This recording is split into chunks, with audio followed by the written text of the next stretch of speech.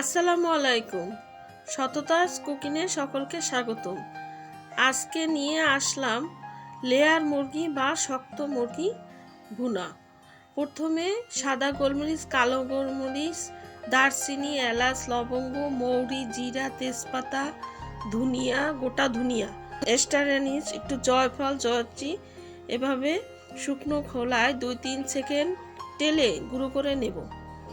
তারপর একটি প্যান বসিয়ে 1 কাপ সরিষার তেলে 2 কাপ পেঁয়াজ বেরেস্তা করে নেব।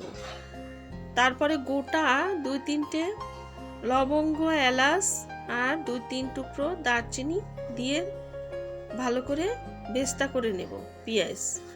তারপরে 2 চামচ রসুন বাটা, 2 চামচ আদা বাটা, 2 চামচ ধনিয়া বাটা, 2 চামচ জিরে বাটা, স্বাদ মতো লবণ দিয়ে ভালো করে কষিয়ে নেব কাঁচা গন্ধ চলে যাওয়া পর্যন্ত।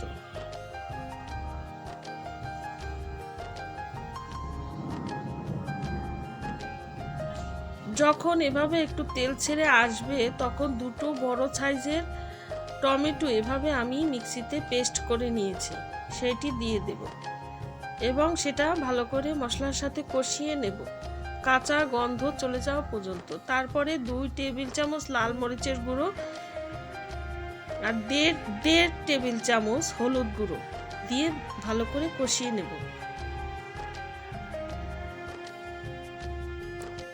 কষিয়ে নেওয়া হয়ে গেলে কেটে ধুয়ে পরিষ্কার করে রাখা সেই লেয়ার মুরগি মাংস এখানে দিয়ে দেব। এখানে আমার 2 কেজির একটু বেশি মুরগির ওজন হয়েছিল।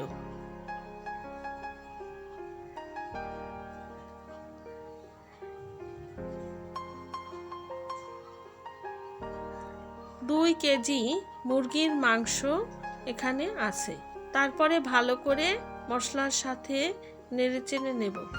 সেই গুঁড়ো করে রাখা মশলা এখানে দিয়ে দেব। অর্ধেক লেবুর রস এখানে দিয়ে দেব।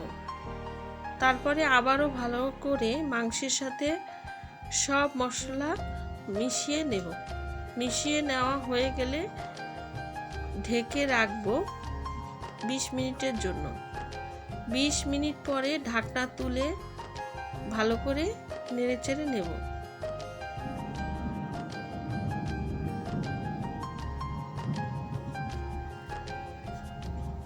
যেহেতু এটা লাল মুরগি, এই লাল মুরগিগুলো একটু শক্ত হয়, সেক্ষেত্রে সিদ্ধ হতে একটু সময় বেশি লাগে।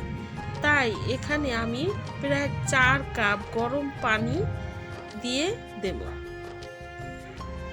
অবশ্যই পানিটা গরম করে নেবেন। তারপরে একটি ঢাকনা দিয়ে ঢেকে রেখে দেব। মিডিয়াম আঁচে 1 ঘন্টা জাল করে নেব। 1 ঘন্টা পরে ঢাকনা তুলে 1 টেবিল চামচ ভাজা জিরের গুঁড়ো উপর থেকে ছড়িয়ে দেব।